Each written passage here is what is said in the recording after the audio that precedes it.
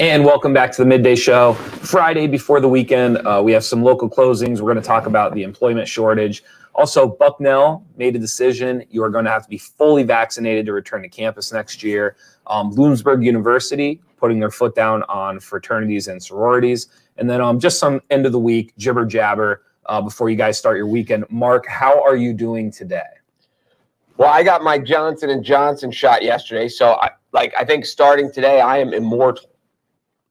Is that how it works? I think so. I will live forever. I don't appreciate the jibber jabber comment. I don't think anything I say is jibber jabber. But yeah, I'm rocking it, baby. I'm doing well so far. I was gonna say, getting the shot is a high and a low. There's a little bit of like a roller coaster to it, because you do initially, like, I felt pretty good, and then I fell off a cliff, and then afterwards I felt pretty great. So there is kind of that ride after you get your shot. Well, the reason I got the Johnson & Johnson is because that's the one you only need one. The other ones you need two. And the pharmacist said to me, what are the odds that you either just A, pass out, or B, like curl up in a ball and start sobbing? And I said, they're probably like 50-50. So she said, well, then we're just going to give you one so we never have to see you again. So that's how I got this one. And I give you credit too, because you said you would take the Johnson & Johnson before when they had taken it off. And you came right out and said, you're like, I'll take it. Like, whatever. Like, what odds of one? I don't know.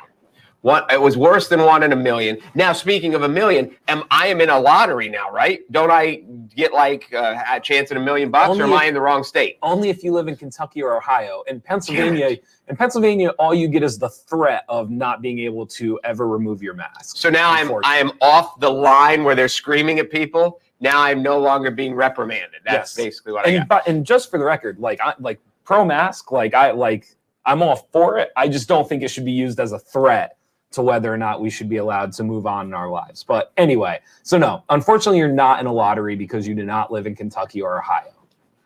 Yep. But fortunately, I am now going to live until the end of time. Forever. An article done by On the Pulse that we posted at NorthcentralPa.com talked a little bit about some local closings, about the employment shortage. Just like as an update, the unemployment rate across the country in April was 6.1%. In Pennsylvania, the rate was 7.3%. However, in Lycoming County, it was higher at 7.8% during the month of March. If you drive around town, you see all the signs. Everyone's looking for help. Everyone is looking for people willing to come in and be employed. We've seen some local restaurants kind of on the fringe of closing. If you go to a drive-thru right now, the lines are unbelievably long. It's very apparent that they are strained as far as being fully staffed. Liberty Arena, I know, has changed their hours recently because they're having trouble staffing as well. Barrel 135 has said that they are having trouble filling new positions. They haven't had a hard time getting people to come back, but filling in kind of those extra roles and positions around the summertime, they're struggling as well. So it is far from over, and I'm curious, as we go into the summer, I think it's going to get worse instead of better. Well, I think, too, one of the things I thought about, I thought a couple things as regards to this topic. My daughter is 19, just finished her freshman year of college. And, she's very nerdy, very computer literate. And in a normal world, I'm thinking like she should find a way to make money online, working for a company, working for herself, doing something, because she will make so much more money than she will at a normal job. But after the last year, like, she told me she wanted to go hostess at a restaurant. I was like, go, just get out of the house. You need to get out. You need to deal in a real world, just because you've sat in your room. She took all her classes in her bedroom online. Like, you need to get out of your room and out of offline. But I thought about it. Like, she told me she walked into place, they had an opening, and she's like, I'd like a job. This will be fine. She can go back and renegotiate, and she can hop from job. I mean, we talked about working at the beach. She could hop from job to job. If anyone says a cross word to her, she can just turn in her pink slip and head down the street and get another one. So it's for high school kids. There have been summers, and you coach a lot, so you've been around a lot of high school kids. Yeah. There's years where summer jobs are tough to find. Yeah. They will, if you put in like 2 hours of searching, you will have 10 offers right now.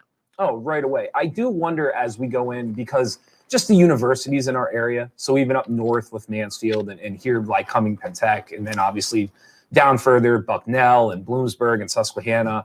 I do wonder if that will, I think it's going to hurt. Like, I think it's going to get worse as we go into the summer, as students maybe move back home, as students kind of in the semester. Not that it's a full campus right now at these places anyway, but I do think like that's causing some of this, is the lack of student participation on the universities that aren't looking for those kind of like random on and ends, low wage jobs. Those people just aren't around anymore. And they're certainly not looking for those types of positions right now either. That's true. I hadn't thought of that.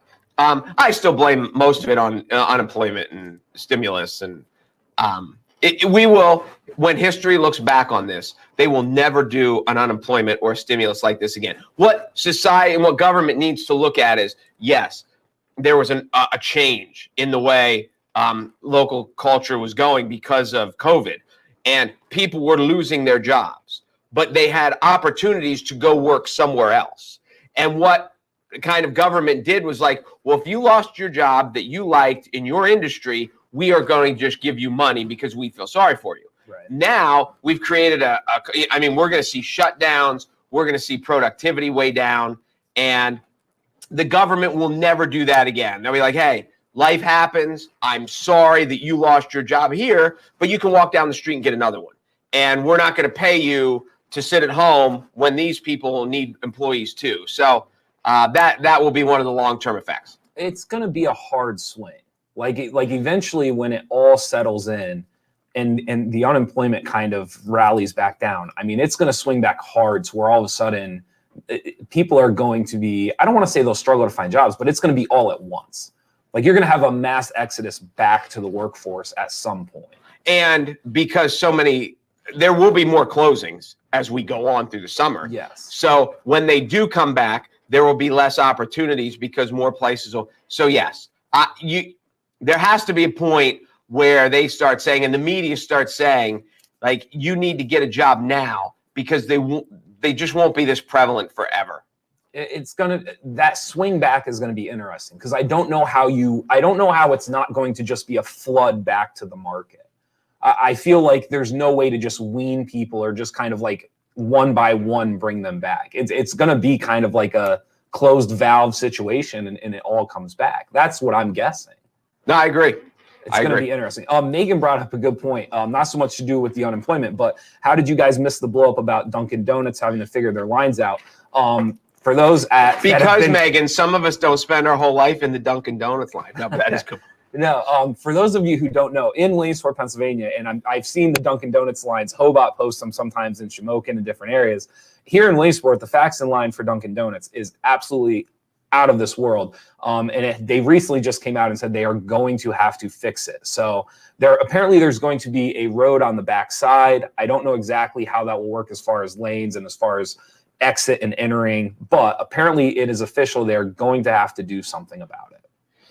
Boy, good, because it just blocks off traffic. And I'm surprised there hasn't been more accidents because when you go cooking down a 2-lane road or a 4-lane road, there's 2 on each side, you don't expect it to be stopped. And my daughter's just learning to drive. We were coming out of KFC the one day, which is right up the street. And, when you're looking and you're trying to go right, you're just looking left to make sure. And I'm like, hey, be careful up here because you don't have a right lane. It is surprising that there hasn't been accidents or more accidents. But yeah, it's not going to, because Dunkin Donuts, you can't go in there. Right. And will they ever open up inside the building again? I don't know. No. So that's going to have to be fixed. And I think in the next month or so, unless something significantly changes with just kind of relief and unemployment, we are going to have, it's going to get real. Like the long lines, it's funny for us to come in and complain. Like the one day I gave my 10-minute spiel about how like you couldn't get a burger in Lycoming County. Like it was impossible to go through a drive-through. There's a fine line between coming in and joking about long lines in the drive-through, and then all of a sudden they start closing one by one. And we are inching closer and closer to that. Well, and the present government and Biden is going to feel the heat of it. How much of it, whether it's his fault, whether it's not his fault, it's all going to fall on his shoulders because he's president. And you're right, the swing of, we keep talking about getting back to normal.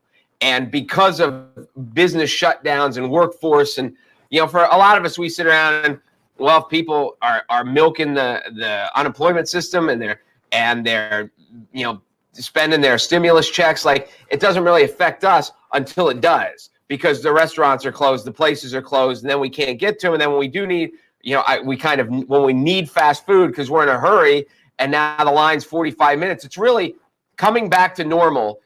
The workforce, it's not going to be normal. No. Coming back to normal is not going to be normal, I think, is what you're trying to say. We're not just going to go from vaccinated to everything's normal. We're going to go from vaccinated and now we can have crowds, but now we're going to have to figure out this unemployment, workforce shortage, shutdowns, all that stuff. Normal is a long way off. Yeah, we've talked about this. Michael said these companies need to pay more and give breaks. We've touched a little bit on this. Sheets actually just came out. They said they're giving a $2 wage raise, and they're doing like some sort of summer stimulus package. I'm not sure exactly how that works.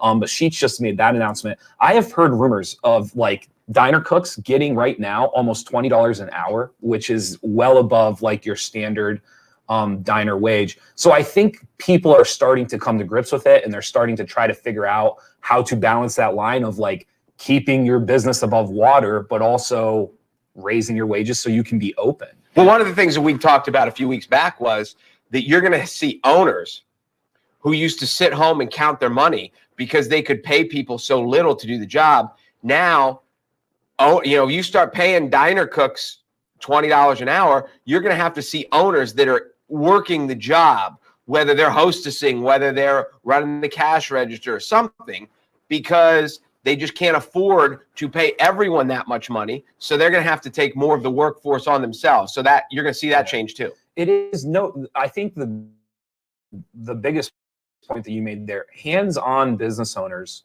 have by far been able to survive this out the best.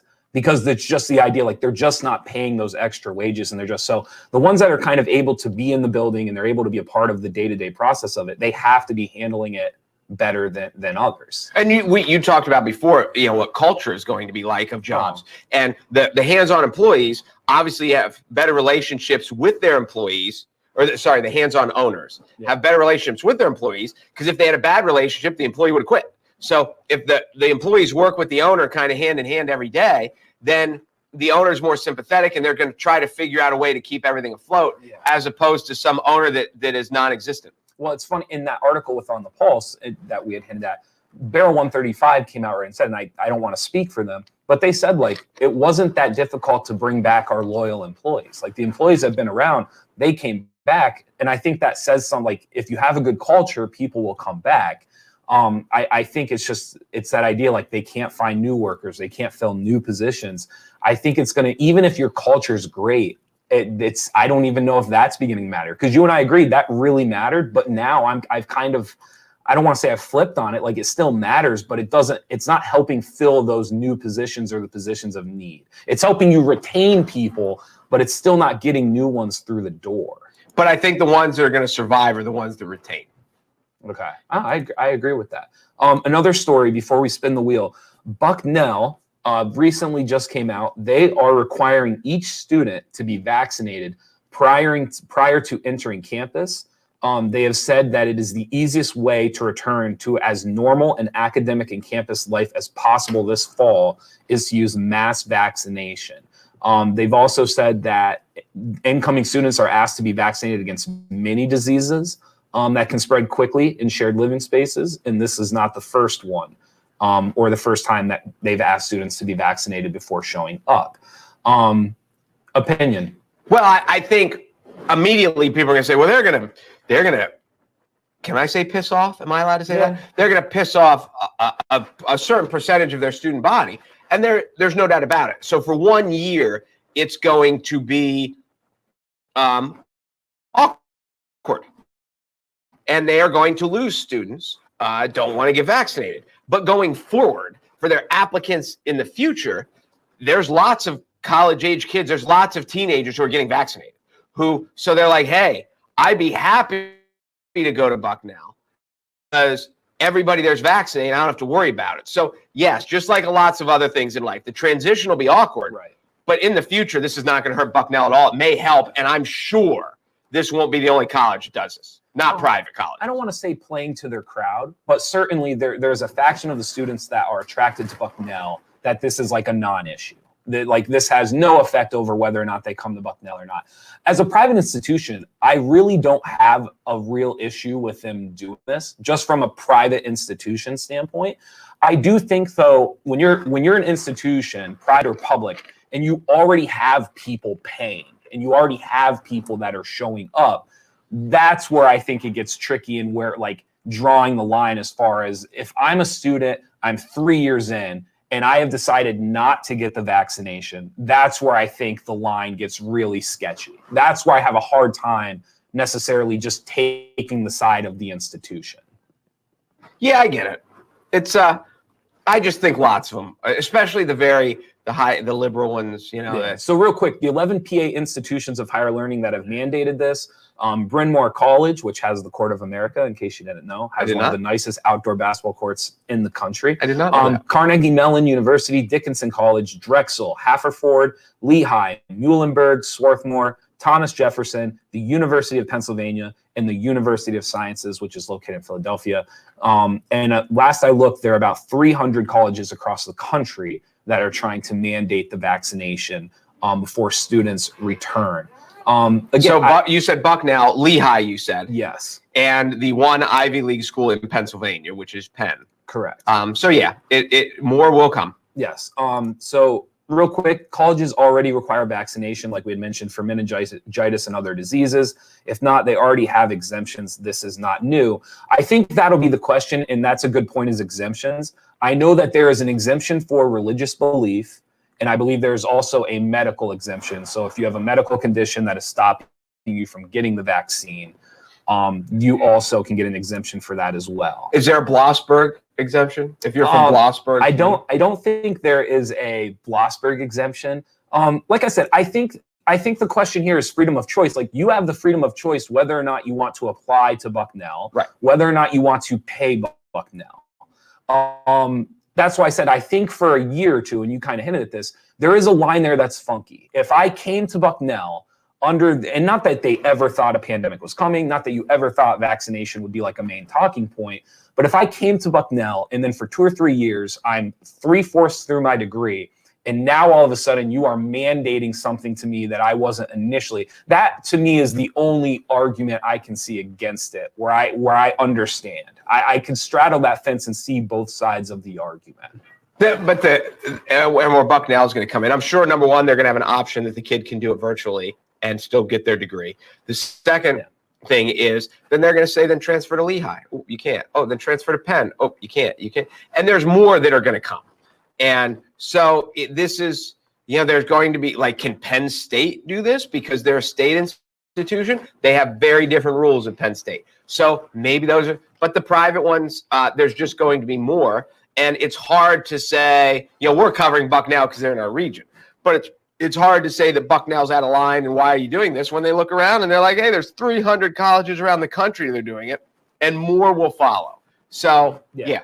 I'm with you. As a private institution, I don't have a problem with it. The problem is it's not a 1-year turnover. Right. If it was a 1-year turnover, people know what they're getting themselves into when they apply and they decide to go to Bucknell. The problem is I'm 3 years deep, and if I don't want to get vaccinated, now it becomes kind of, well, do I transfer with my credits? What's happening? It's like the kids who go to school to play a sport and then the coach takes another job. Yeah, it's very, very true. Give Weis Markets a shout out. Well, thank you to Weis Markets for that's where I got my shot, Johnson & Johnson. And I didn't cry. I didn't faint. I can't watch, though. You can't watch either, right? I'm fine. I don't even feel it. If I just turn my head, I'm good.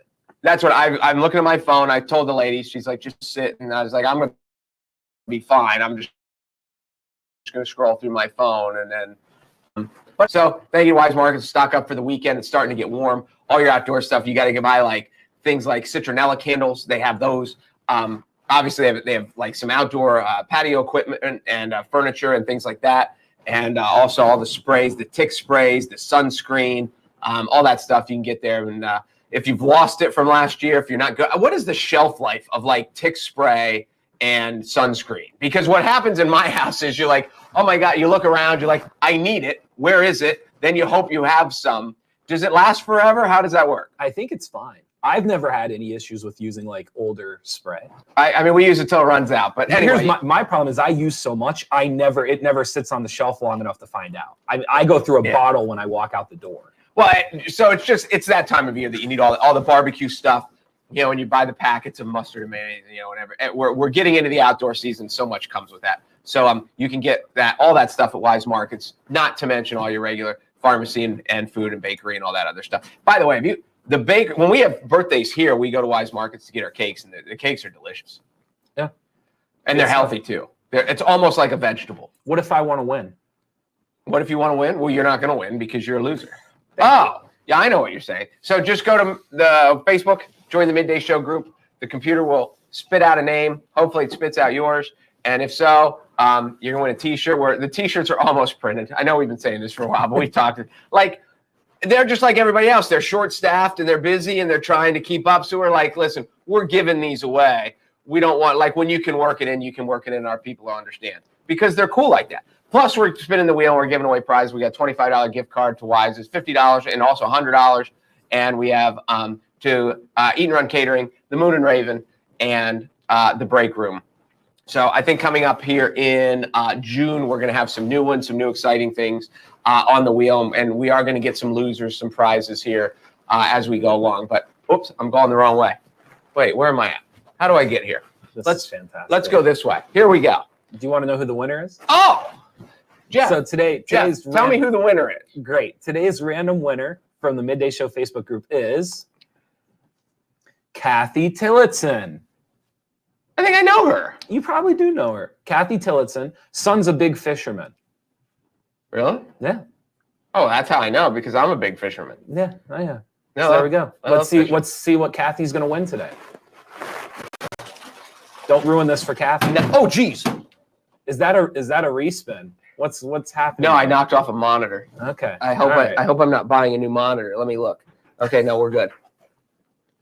We're good. And she's a loser. But I'm sorry. I got distracted. I was afraid when a monitor fall, but it fell flat and we're good to go. But Kathy Tillotson, you get a T-shirt and maybe something else down the road, so just hang with it. And we'll see. What's up now? Bloomsburg University. They banned frats and sororities. You can find the article on NorthcentralPa.com. You can also find it on Penn Live. Following the recent death of a female nursing student and a long history of issues, Bloomsburg University is announcing its ending to all Greek life. And that's for Bloomsburg University. Let's put it this way. That is a bigger deal for Bloomsburg University than the majority of state schools or schools in the state that are the size of Bloomsburg. I would agree with that. Yes. There's a lot of schools their size where that wouldn't be a big deal, but at Bloomsburg it is. But to say a long list of issues, yes, they have. You remember last year when they sent the kids back and they had the blowout and they're like, oh, they'll be able to handle it, and they did themselves very proud. This goes all the way back. And listen, things happen. I mean, I sound like the guy on Animal House now and like you're condemning America by condemning fraternities. But things happen. Who's to say, I don't know all the details of this, but I can remember all the way back to 2000. I can remember there was a house fire and I think 3 fraternity students passed away in the house fire. And a lot of it had to do with negligence. So this isn't, like you said, you're bringing up stuff from last year. This stuff goes back all the way to early 2000s, them having serious issues within their fraternities and sororities. I could bring up lots of comments about fraternities, and I'll just leave it go at that. The Bloomsburg got rid of their fraternities and sororities. Yeah. So it's effective immediately. They're terminating their fraternity and sorority life. They're severing ties with all national and local FSL organizations. And this is coming straight down.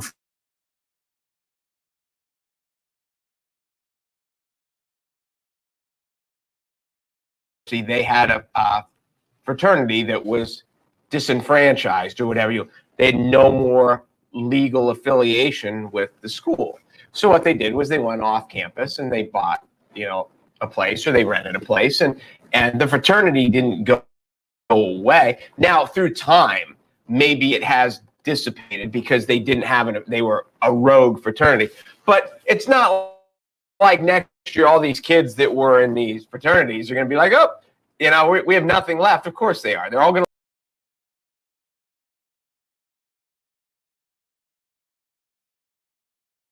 There is they're going to find out how much their fraternity life and their sorority life had to do with enrollment. Because I think it's always hard to tell. Like, what I'm always fascinated by stats to say, like, this is why kids come to campus. Like Duke University, you would like to think that it's academic institution, but if the basketball team disappeared, how much of an effect would that have on their enrollment? You just don't know. And I think what Bloomsburg's going to find out, like we said, for most schools, not a big deal. For Bloomsburg, losing your fraternity and sorority life kind of is. It'll just be interesting to see at a time right now where we're already talking about schools combining. We're already talking about integration. It'll be interesting to see how much did their fraternity and sorority life really play into enrollment. Yeah, you're right. But you also get to the point where the kids keep ending up dead and the school can't turn a blind eye. Yeah. And well, they were on probation. I don't know the exact year on this because I don't think this was in the article. But I remember, even when I was coaching at Mansfield University, their Greek life was on probation. It has been a long time that they have been on probation and kind of threatened. And I don't know what sanctions have actually been passed down. But to your point earlier, this is not a new thing. This has been an ongoing kind of issue for the university. Maybe I'm speaking out of turn here, but you would think eventually it all goes away. You mean fraternities and sororities in general? Yeah. It's funny. I believe you played football at Susquehanna. I played basketball at Lock Haven. It is funny, and I had a group of friends at Lock Haven before I even showed up there. So for me, I never saw fraternities or sororities as a benefit necessarily. But if I'm new and I don't have that already worked in, I know I'm going to do this when I show up to campus, or I can see how it's a real connecting point. You're away from home for the first time. You're trying to make new friends, and getting into a fraternity or sorority really helps alleviate a lot of those things that maybe you or I never felt. Yes. Now, when I was at Susquehanna, the football team basically had a fraternity, and that's the one that got thrown off campus. So there were some issues back then. But I get it. There's also an aspect of the naysayers, and I'm sure I'm going to annoy all the people who loved Greek life and it was the greatest time of their life. The non-Greek people look at it and it's a way you couldn't make your own friends, so you bought some. And I think it depends on rushed, the school. Then you had to pay. And then you've got this aspect, because even through high school, you see leadership develop, and you see who the kids who are the big men on campus and the leaders, and whether they were good leaders or bad leaders or whatever. Now you've got this group of kids who have this position of authority because they are big in their fraternity and they control the fraternity parties, which is as big of that's the social life on a lot of these campuses, and they're not equipped to handle this kind of authority because they've never been the cool kid before. And now they're going to be the cool kid, and they're trying to figure out what it's like to be the cool kid, and that's why people end up dead. Doesn't that feel a little stereotypical? Yeah. It's incredibly stereotypical. Okay, yeah. But how many, when you go, how many, because like you said, a basketball team is like a fraternity. A girls' soccer team is like a fraternity. They are their group of friends. How many basketball players ended up dead from a team hazing, or softball players ended up dead from a team hazing? It doesn't happen. Not as I mean, I'm sure there are incidences, but to your point, not as often. I'm not even playing devil's advocate. I could do the reverse though, and I could say a lot of kids in high school are the leader or the popular because they bully, or because their dad makes X amount of money, or their mother was so and so. And that doesn't mean that they're necessarily equipped to be a leader at the next phase, or even in the phase they're in high school before they go to college. I agree. I understand the stereotype in which you're giving me, and stereotypes are stereotypes for a reason. I'm just saying, I think you could put the shoe on the other foot, and it's very simple to say that they did serve a purpose for a certain faction of people. And I don't disagree with that. But as you said, when they're in high school, certainly there are guys who are, and girls who are the leaders, who are the plastics, if you will, from the Mean Girls aspect, who are the leaders of the class and aren't equipped to handle it. I think that's the minority. I think naturally the cream rises, and the kids who are the leaders of the class are the leaders for some reason, whether they are athletically or theatrically or whatever. But the other aspect is in high school, they have supervision. Now you're sending these kids out onto their own, and at 3 o'clock in the morning, they're hazing pledges with no adults around. Sure. My devil's advocate to you would be there's a lot of high school quarterbacks that if you put them in charge of a fraternity when they're 20, a lot of people would have been hurt or could have end up dead or could have. And so I don't think it has anything to do with whether or not they were cool in high school or whether or not they had leadership experience in high school. I think the greatest point that you made there was there's just no adult supervision. And I think the jump from, like, for whatever reason in American society, we have decided that the jump from 18 years of age to 19 years of age, and listen, it has to happen sometime. Like at some point, like you got to wheel them out there and you got to have them figure it out. But we as an American society have decided that that age is 18 to 19. And I think what fraternities and sororities do is make us realize from time to time that, like, it's not the greatest time.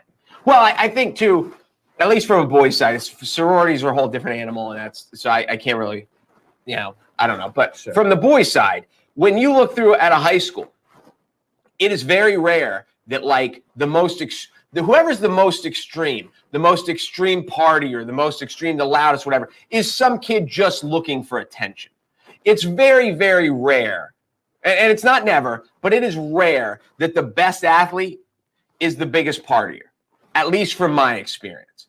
And then, so when you go off to college, like the normal subdued ones who handle it aren't the reason that people are ending up dead.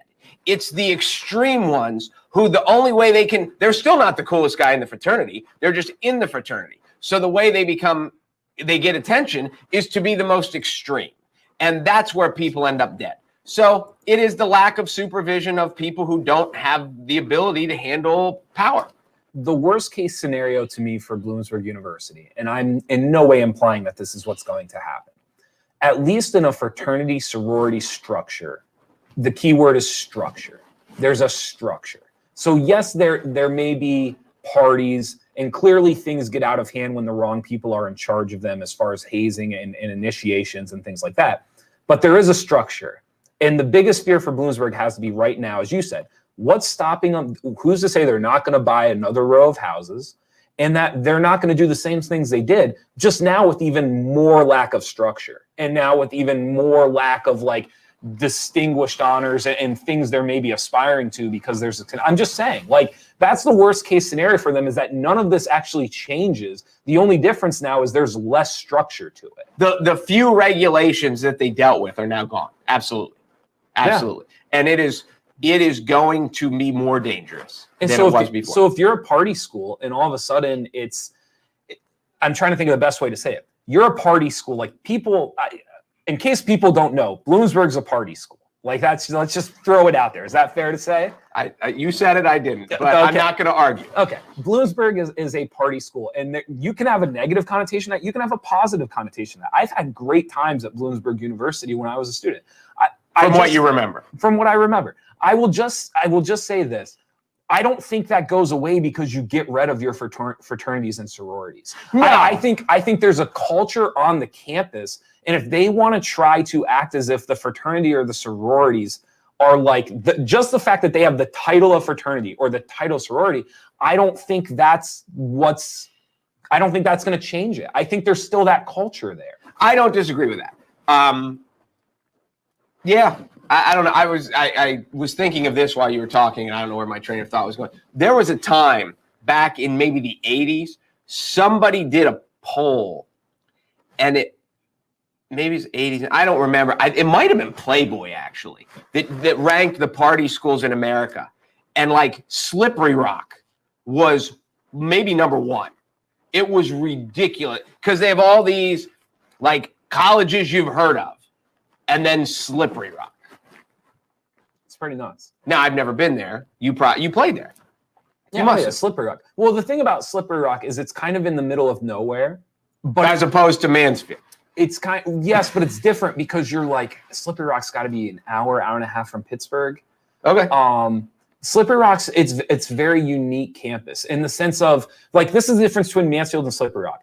Mansfield is on the weekends, there are weekends where you stay on campus, And then there are weekends where everyone leaves campus. And the part of the reason is because it's a smaller campus in the middle of nowhere. So there are weekends where everybody stays and they party. And then there are weekends where everybody leaves and you go to Penn State or you go home or you go, and the weekends are already figured out by the campus. Like the students get together and say like, are you sticking around this weekend? Like Slippery Rock isn't that type of campus, at least not to what I know. Slippery Rock, despite being in the middle of nowhere and being a smaller school, they typically they stay at Slippery Rock. Like people visit Slippery Rock. I thought you were going to say the difference between Mansfield and Slippery Rock was temperature. Well, that too. But no one's visiting Mansfield to go for the weekend. Like the way, when I was at Lock Haven, there were certain weekends where you knew you were going to Penn State. Like everyone was getting in the car and we were going to State College. And Slippery Rock is, not to compare them to Penn State, but beforehand, they were a college you visited. Like people didn't pack up and leave Slippery Rock to go visit Mansfield. Like you went to Slippery Rock for the weekend. I understand. Yeah. So I don't know if it's still like that. I'm old now, but that's what it used to be. So I don't know. I just don't know if this solves Bloomsburg's. I'm not saying that they shouldn't have been the fall guy. I'm to me, maybe they were the correct fall guys, the frats and the sororities, but it doesn't. I don't feel like anything was solved by getting rid of it. Well, it had to address an image issue to a degree. At least the university looks like they're trying. Yes, that I 100% agree with. I think it's a cultural thing that's going to take more than 1 year, 2 years. I think it's going to take a while if they really want to change that image. All right, I'm good. You're good. Anything else before the weekend? Anything you want to shout out? I just want to say what a fantastic job I did umpiring last night. I'm pretty sure I only blew one call, but it ended up working out anyway. So, and no one really, what's funny is no one really complained. And as I'm sitting there thinking, I think I got that one really wrong. But anyway, it doesn't matter. And I was almost perfect. Just some things that we had talked about earlier today. McDonald's has come out. They're going to raise wages as well to try to compete and try to convince people to come back to work. Have you seen this may not be a good one. Have you seen the shrunken head? No. Okay, so we'll end with this today. There's a shrunken head that was used in movies, and it was basically thought to be a prop, and then it was given to an institution to look at, and they determined that it is a real shrunken head, and it is being returned back to its native land. Nice. Yeah. So it's a movie. Basically, it was a movie prop that was not actually a prop. There was a real skull. It was an actual real skull. The University of Georgia is the one who basically realized that it was actual, it was a real shrunken head. Well, they're never going to be able to use my head because I am now immortal because I got my shot yesterday. They might have to be. I can't believe you're not making an Indiana Jones reference. None? Whatsoever? What? Shrunken head, Indiana Jones? Yeah, I was thinking about that, but I didn't really know. Okay. I thought about it. Wouldn't it be Beetlejuice too? Beetlejuice, shrunken head? You've lost me. Didn't the guy have a little head in Beetlejuice? Maybe. I never saw Beetlejuice. Then why? But you thought that there were shrunken heads in Beetlejuice? I think there's a reference, but I don't think I ever saw it. The only thing I know about Beetlejuice is you're supposed to count down. And wasn't it Michael Keaton Beetlejuice? Yeah. Okay. That turned out okay for him. There you go. Didn't ruin his career. Not at all. I'm just seeing how long I can get you to ramble. Because most days I can't get you to stop, but today I can tell you're trying. Well, I keep looking at the clock, and we've been talking a long time, and people are sick of listening.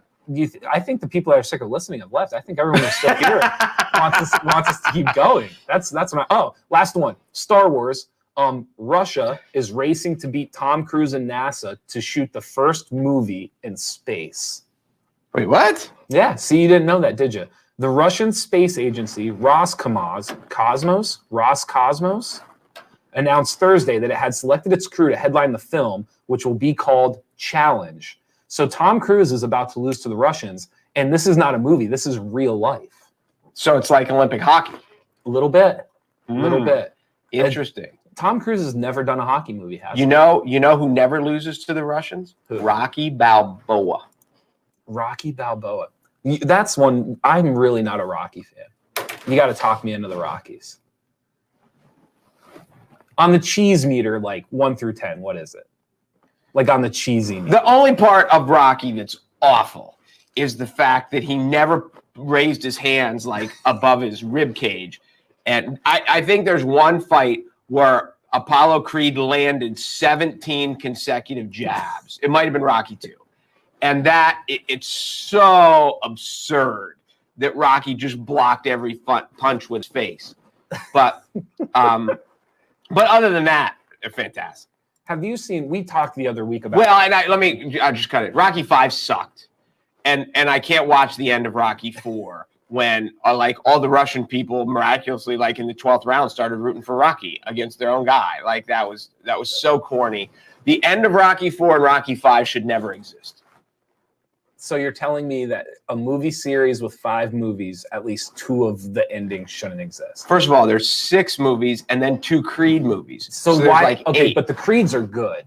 Why did they make a 6 after 4 and 5 after what you're just telling me? Rocky Balboa. It was called Rocky Balboa. They didn't call it Rocky 6. Rocky Balboa was great. Okay, so that didn't have any. 4 and 5 did not affect Rocky Balboa. No, it did not.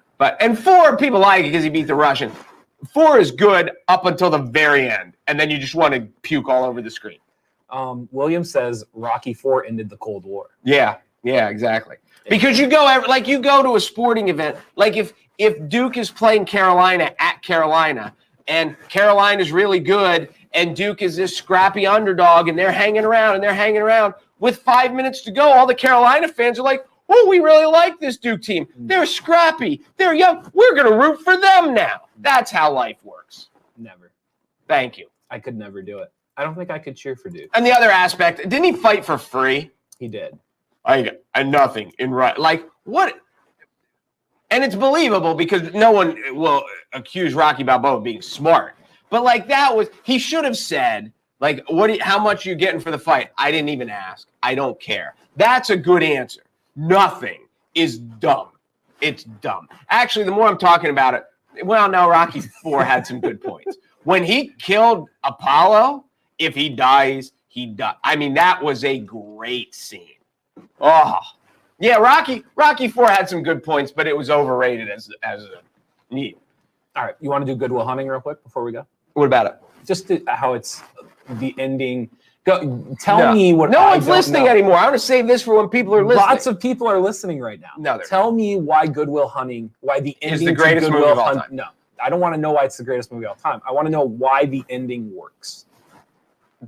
Because he put or himself do you out want there. me to tell my part and then you can tell me what an you idiot can I am? say why you're wrong and then I'll clean it up. Okay, Good Will Hunting. Here's the 20-second version. And spoiler alerts in case you haven't seen Good Will Hunting. Spoiler alert is it's going to take about 1 minute and 20 seconds for this 20-second version. Go. Here's what happens. A young man basically finds himself through the help of another man. And at the end of the movie, he then has to leave not even leave with the girl. He then leaves to go after the girl, basically signifying that the only way that a man can ever really like put it all together is to go win the girl. Oh God, you are so wrong. It's my only problem with the movie. First of all, if they ended the movie with him just like walking, like they could have just ended the movie with him walking away from his buddies, and I'm good. He didn't have to go chase the girl. Yes, he did. Because he was an abused child who blocked everybody out except those gorillas, quote unquote, who would take a bat to your head if he asked him to. So he'd spent his whole life, and this is a girl that he liked, but he always pushed her away because everyone that he'd been abused and abandoned as a child. He was an orphan. Mm-hmm. So what it signified is the fact she wanted him to go to California. He said, no, I don't love you, which wasn't true, but he was afraid. So all it signified was he was opening himself back up to the possibility of love because he had shut himself off from it because everyone who was supposed to love him in his life had abused him or abandoned him. Yes, I get your points. Here's what I would say to you.